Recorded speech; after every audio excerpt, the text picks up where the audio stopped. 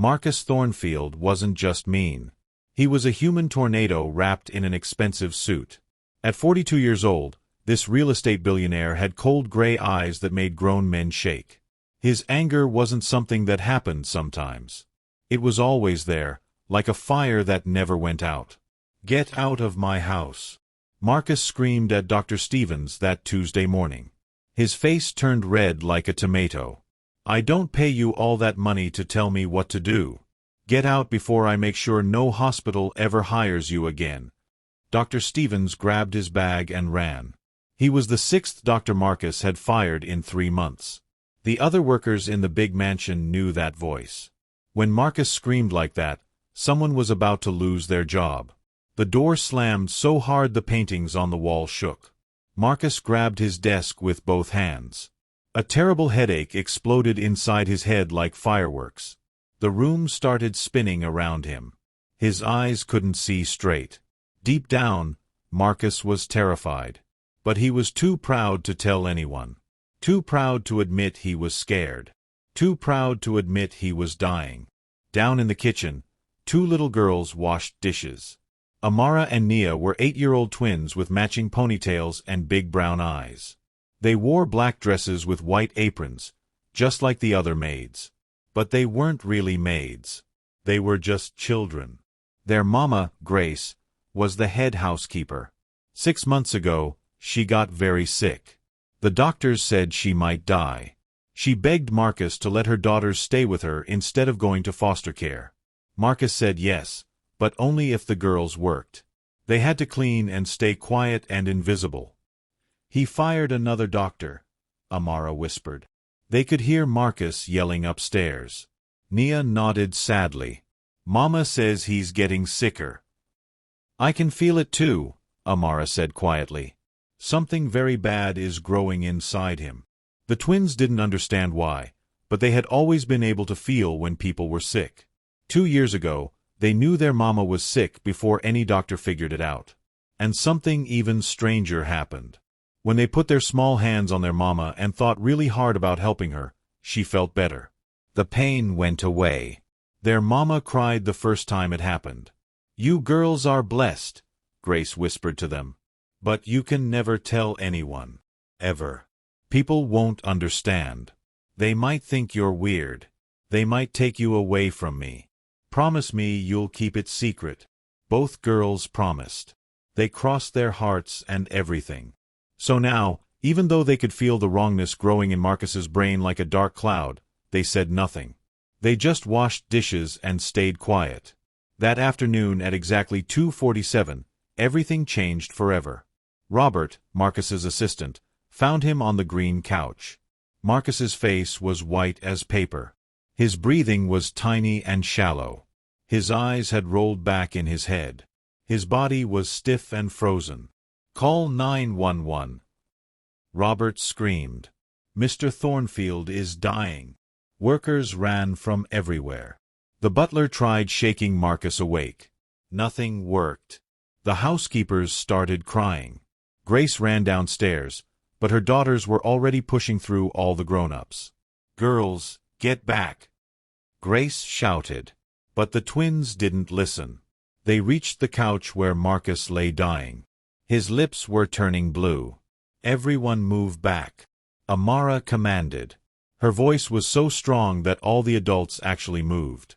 Nia knelt down and put her small hand on Marcus's chest. She closed her eyes for a moment. Then she opened them and spoke with complete certainty. "His heart is beating too slow. Only about 40 beats a minute. There's something blocking his brain. The left side. The blood can't get through." All the grown-ups stared with their mouths open. How could an 8-year-old know that? Amara knelt on the other side. She placed both her small hands on Marcus's head, right at his temples. "Nia's right," she said. "It's like a dam blocking a river. If we don't help him right now, he'll die before the ambulance gets here." "What are you talking about?" the butler asked. His voice was shaking. "Please be quiet," Amara said, eyes closed. "We need to think really hard." The twins got into position. Amara's hands on his head, Nia's on his chest. They closed their eyes and became perfectly still. The whole room held its breath. 20 workers watched these two small girls in maid uniforms do something impossible. Warmth started coming from their hands. The people closest felt actual heat. Some people said later they saw a soft golden glow around the twins' fingers, but nobody was sure. For 2 whole minutes, the sisters didn't move. Their faces looked peaceful and calm. Then Marcus gasped. A huge, gulping breath of air. His eyes flew open wide. Color flooded back into his pale face. His body relaxed. His breathing became normal again. Everyone jumped backward in shock. Marcus blinked over and over, confused. He looked at the 2 small girls kneeling next to him. "Who are you?" he whispered. His voice was rough and scratchy. "What did you just do to me?" Amara smiled gently at Marcus. "You were dying, Mr. Thornfield. A blood vessel in your brain got blocked. The blood couldn't flow. So we helped you." "Helped me? How?" Marcus's voice was barely a whisper. "We don't completely understand it ourselves," Nia admitted. Her voice was soft and honest. "We've always been able to feel what's wrong inside people. And sometimes, we can help fix it." "That's impossible," Marcus said. But even as he said it, he knew something amazing had happened. The crushing headache that had been hurting him for months was completely gone. The dizziness had vanished. His mind felt clearer than it had felt in years. The paramedics arrived 6 minutes later. They rushed in with their equipment and stretcher.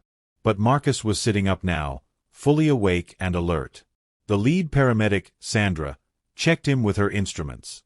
Her face showed more and more confusion. "We got a call about a major stroke. But your heart rate is perfect. Your blood pressure is normal. Your breathing is fine. What happened here?" Robert tried to explain about the children and their hands and the glowing warmth. But when he said it out loud, it sounded crazy. Sandra looked at the twins standing quietly in the corner. "Did you girls do CPR on him?" "No, ma'am," Amara said politely. "We helped in our own special way." Marcus was taken to the hospital anyway. The doctors ran every test they could think of. MRI scans of his brain, CT scans, blood work, tests on his nerves and reflexes. Everything. The results made no sense at all. 3 days later, Marcus sat in the hospital room while Dr. Chen looked at papers and computer screens. The doctor's face showed total confusion. "Mr. Thornfield, I've been a brain doctor for 20 years. I've never seen anything like this." Dr. Chen pointed at the brain scans on the screen. "These images show evidence of a recent mini-stroke. You can see it right here. This kind of stroke should have caused major damage. You should be paralyzed on one side. You should have trouble speaking. But look at this." Dr. Chen pulled up another scan. "Your brain has created new pathways for the blood to flow. New routes around the blockage. This process normally takes weeks or even months. Yours happened in minutes. It's medically impossible." "It was 2 8-year-old twin girls," Marcus said quietly. "They put their hands on me and somehow healed me." Dr. Chen looked at him with concern. "Mr. Thornfield, trauma and near-death experiences can sometimes create false memories. The mind tries to make sense of." "It's not a false memory," Marcus interrupted. 20 witnesses saw it happen. Those twins did something that neither you nor I can explain. But it happened. It was real. Marcus returned home on Friday evening. For 3 whole days, he had thought about nothing else. 2 8-year-old children had saved his life. And he had treated them terribly. Made them work like servants. Didn't even know their names. The shame felt like a heavy rock in his chest. He called Grace and the twins to his study. They entered the room looking terrified. They thought they were in trouble. "Sit down," Marcus said. His voice was softer than they had ever heard it before. The twins looked so tiny sitting in the big leather chairs. Their feet didn't even touch the ground. "I need the truth," Marcus said. "All of it." How long have you been able to do this? Grace took a shaky breath. My daughters have had this gift since they were 4 years old. They can sense sickness inside people. And sometimes, they can heal it. Tears filled her eyes. 6 months ago, doctors told me I had 3 months to live. That was 6 months ago. My girls have been helping me every single day. I'm getting better. We didn't want to tell you, Nia said. Her voice was so small. Mama said you would think we were freaks. She said you'd send us away. Shame washed over Marcus like a wave. Grace was right. A week ago, he absolutely would have sent them away. He would have called them liars or crazy. I'm not sending you away, Marcus said. His hands were shaking. The hospital told me I should be dead right now. Or at least brain damaged. But I'm fine. Better than fine. You didn't just save my life. You gave it back to me. Tears rolled down both twins' cheeks. But why? Marcus's voice broke with emotion. I've been so cruel to you both. I made you work like servants when you should be playing and going to school. I didn't even know your names. Why would you save someone like me? The twins looked at each other. Then they looked back at Marcus with their big, honest eyes. Because you were dying, Amara said simply. And we could help. It doesn't matter if someone is mean, Nia added. When someone is hurting really bad, you help them if you can. That's just what you do. Marcus broke down completely. Tears streamed down his face. He put his head in his hands and cried. These 2 8-year-old children had shown him more kindness and grace than he had shown anyone in his entire adult life. They had saved the man who had been cruel to them. They had saved him simply because it was the right thing to do. For the first time in decades, Marcus Thornfield felt something he thought he had lost forever. He felt his heart breaking open. And in that breaking, something new began to grow. Something that looked a lot like love. The next morning, Marcus called an emergency meeting with all his staff. Everyone gathered in the main hall, nervous and confused. Marcus never called meetings unless someone was getting fired. Marcus stood in front of them all. He took a deep breath. I've been a terrible person, he said simply. A cruel boss and an even worse human being. 8 days ago, I was dying. No doctor could help me. But 2 8-year-old children saved my life when no one else could. He gestured to the twins standing beside their mother. These girls have a gift I cannot explain. But more important than their gift is their hearts. They saved someone who had been mean to them. They saved me because it was the right thing to do. His voice grew stronger. Grace, your daughters will never work in this house again. They are children. They belong in school, playing with friends, being kids. I am ashamed it took a miracle to make me see that. Grace gasped and covered her mouth. I'm enrolling Amara and Nia in the best private school in the city. Full scholarship. Everything paid for. Grace, you're getting a 50% raise and full medical coverage for your whole family. Marcus looked at all the other workers. Everyone here gets a 40% raise. Full benefits. Reasonable working hours. I've been a monster. That ends today. The staff stood in shocked silence. Then an older housekeeper started crying happy tears. Others began clapping. Soon everyone was applauding. That evening, Marcus found the twins reading picture books in the library. Can I sit with you? He asked softly. Both girls nodded. Marcus sat down on the floor with them. Does it hurt when you use your gift? He asked. No, Amara said. It feels warm. Like hugging someone you love very much. Can you heal everyone? Marcus asked. Sometimes it works really well, Nia explained. Sometimes we can only help a little bit. And sometimes people are too sick. We tried helping a bird once that had a broken wing. It died anyway. We cried for 3 whole days. Marcus's throat felt tight. These were just children carrying an impossible gift on their small shoulders. I have an idea, Marcus said. But only if you want to do it. Over the next 3 months, Marcus hired kind researchers to study the twins' abilities. Not to use them or exploit them. Just to understand. The scientists discovered amazing things. The twins could tell what was wrong with someone just by touching them. They were right 97% of the time. They could sense problems before any machine could detect them. But Marcus made sure the research never overwhelmed them. The twins went to school every day. They made friends. They played at recess. They were kids first, always. Then Marcus proposed his biggest idea yet.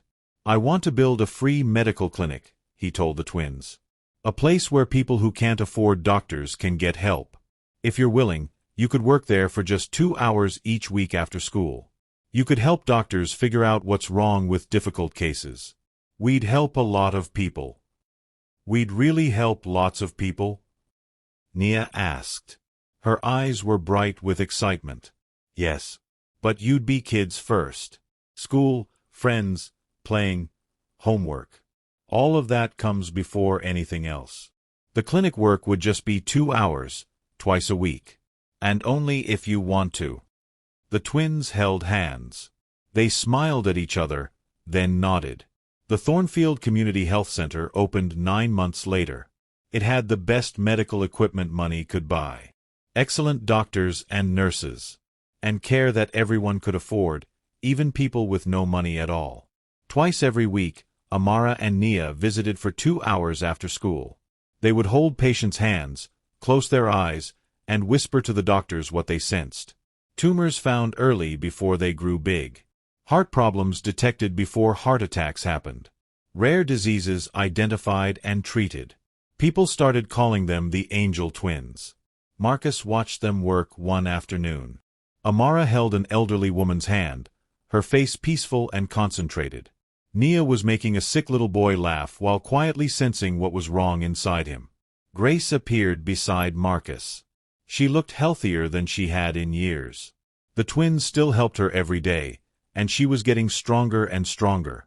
"They're remarkable," Marcus said softly, watching the girls. "They are," Grace agreed. "But so are you now. You've changed completely." Marcus smiled. "They didn't just save my life that day. They reminded me that I had a soul worth saving." 1 year after that terrible day when Marcus almost died, he was a completely different person. He had donated millions of dollars to medical research and community health programs. He had built 3 more free clinics in poor neighborhoods. But more importantly, he had learned something that all his money and power had never taught him. The greatest power in the world isn't money. It isn't control. It isn't making people afraid of you. The greatest power in the world is compassion. It's kindness. It's helping someone even when they don't deserve it. Marcus learned that lesson from 2 8-year-old girls in maid uniforms who had every reason to let him die. But instead, they chose love. And that choice changed everything. If this story touched your heart, please hit that like button and share it with someone who needs hope today. Subscribe for more incredible stories about compassion and second chances. Remember, sometimes the smallest hands carry the biggest miracles. Thank you for watching.